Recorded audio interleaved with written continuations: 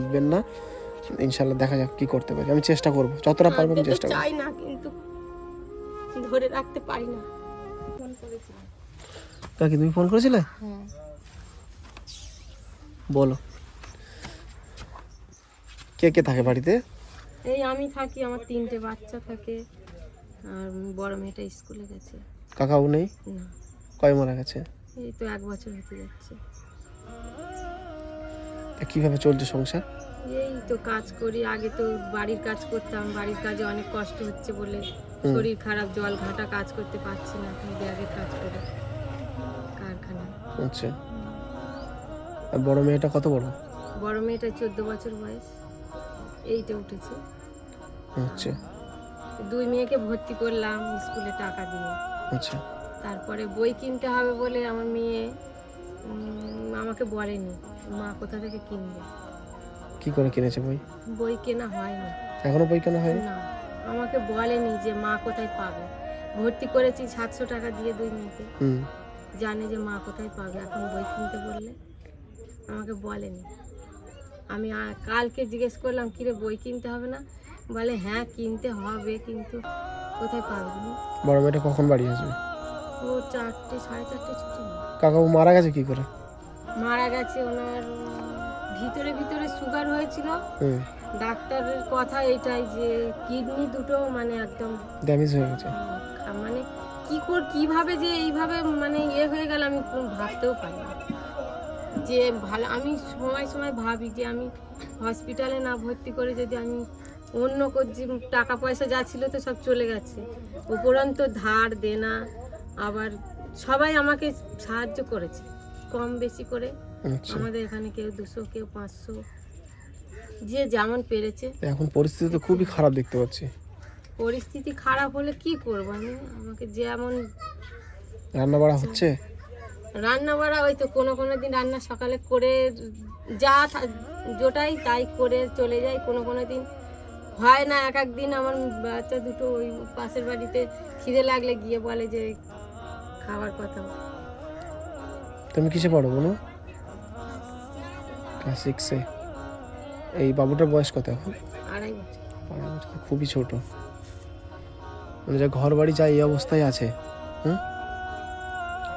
কিছু সোদা করে রেখে যেতে পারে। কিছু পড়ে আছে ভাঙা চুরো, ঠান্ডাও আপনি কাজে যাচ্ছেন এখন? হ্যাঁ কাজে তো যাই। আজকে ছেলেটাকে নিয়ে ডাক্তার দেখাতে গেছিলাম, আচ্ছা। আজকে যেতে পারলাম না। এটা কি জায়গাটা বোধহয় ভেস্টারি জায়গা নাকি? হ্যাঁ ভেস্টারি জায়গা। আমি হচ্ছে আমার কেনা নেই, কিনতে পারিনি তো। কিনতে পারবে মানে যে বসেছিল ওইভাবেই হচ্ছে এখানে যে সিপিএম যে ছিল আগে, আমার বড় মেয়ে তখন পেটে ছিল, তখন মানে ভাড়া বাড়ি থেকে এখানে চলে এসেছিলাম। আমাদের এখানে একটা আত্মীয় আছে, ওনার বাড়িতে আসছিলাম। তা এসে আমি বললাম যে এখানে যদি একটা জায়গা পাওয়া যায়। আমি গিয়েছিলাম, যাওয়ার পরে আমাকে এই জায়গাটা দিয়েছিল। বুঝতে পারছি। জায়গাটা দিতে আমি মানে ছোট ঘর প্লাস্টিক দিয়ে করেছিলাম, প্লাস্টিক দিয়ে কোনো রকমে করতে। তারপরে কাকার তো কাজ হতো না সেরকম, তারপরে আস্তে আস্তে একটা ভ্যান, মানে আমি কিছু কিছু পয়সা জমি একটা ভ্যান কিনে তারপরে ওই কাকা ওই ছাতুর ব্যবসা করতো বাজারে। হ্যাঁ বলুন, আমাকে ডেকেছে, আমি কি উপকার করতে পারি আপনার বলো? কি উপকার করতে পারি? আমি এই পরিস্থিতিতে আছি, যাতে কিছু সাহায্য যদি হয়। আচ্ছা। আমি এই ঘরটা অর্ধেক হয়ে পড়ে আছে। এটা কবে করেছিল কবে? মানে এটা ওই যে সরকার থেকে আবাস যোজনা থেকে দিয়েছিল? আচ্ছা আচ্ছা। 4-5 বছর হয়ে গেছে পড়ে আছে, বুঝতে পারছি। করতে পারিনি তো। এই অত লোকের মধ্যে চা খেতে দিলে গ্লাসটা ফাটা বেরোয় আমার। হ্যাঁ আমি বুঝতে পারছি, তোমার ভাগ্যটা খুবই খারাপ। মানে যে ছেলেটা চা দেয় আমাকে দিদি বলে ডাকে, তোমাকে চা দিই তোমার গ্লাসটা ফাটা বেরোয়, এত লোককে দিই কেউ বলতে পারে না, বলে তোমার কপালটা ভাগ্যটাই খারাপ। সত্যি না খেয়ে থাকলেও না কাউকে বলতে পারি না যে আমি খাইনি কি আমার নেই। আগাগোড়া কি বলে তো, আমি মানুষকে দিয়ে এসেছি, দিয়ে বলতে নেই, কিন্তু আমি মানুষের জন্য শুধু পড়ে এসেছি, দিয়ে এসেছি।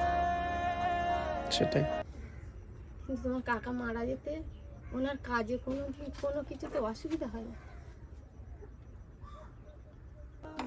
আমি বলতে নেই, আমার কেউ ছিল মনে হয় আগে যখন, আচ্ছা, মানে অনেক উপকার করে। অনেক করেছে। এখনো আমি রাত্রির হয়ে যায় আসতে, এই দুটো বাচ্চা ওদের বাড়িতেই থাকে, খেতেও দেয়, ঘুম পাড়িয়ে দেয়। মানে আমি তোমার কাকাকে নিয়ে হসপিটালে চলে যেতাম না, এই ছেলেকে ওরা দেখতো, মানে ওরা ছিল বলে মনে হয় বেঁচেও আছে। আরে উপরওয়ালা তো কারো না কারোর জন্য কোনো ওসিলাই তো রাখবে। আর একটু মানুষের উপকার না করলে কেউ কখনো উঠতে পারবে না, ঘরটা কোনে ছাদ কিছু দিতে পারবে, যাই হোক অ্যালবাস্টার হোক যাই হোক ছাইতে পারবে। আচ্ছা ঠিক আছে, আমি দেখছি, চেষ্টা করছি। আমি আপনার ফোন নাম্বার আমি সেভ করে রাখছি, আমি দেখছি কি কত কি করতে পারি। আমি আসি তবে, কোনো আসি।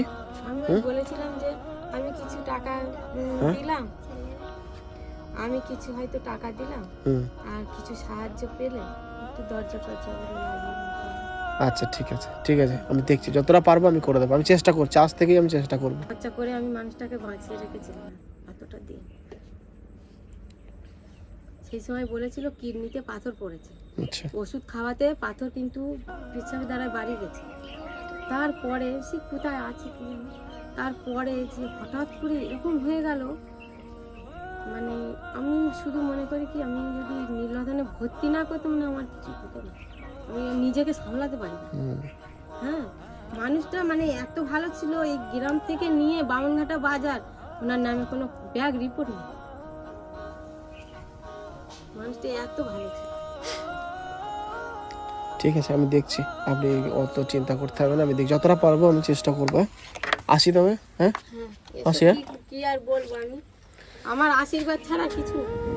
ঠিক আছে, আশীর্বাদ করে আপনাদের মতো মানুষকে সাহায্য করতে পারি, দেখছি আমি চেষ্টা করছি। আমি কাকা মারা যেতে আমাকে সেই পাঁচুরে বলে একটা জায়গা আছে, ওখান থেকে আমাদের সাজাতে, ও হচ্ছে হরিনামে খোল বাজার, ওর নাম হচ্ছে অপূর্ব সর্দার। আচ্ছা, ওই ছেলেটা আমি সারা জীবন যতদিন বাঁচবো আমি আশীর্বাদই করব।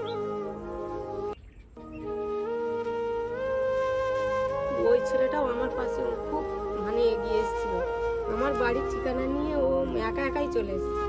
আচ্ছা আমি দেখছি কত থেকে কি করতে পারি, কাঁদবেন না, ইনশাল্লাহ দেখা যাক কি করতে পারি। আমি চেষ্টা করবো যতটা পারবো, আমি চেষ্টা করবো। চাই না, কিন্তু ধরে রাখতে পারি না।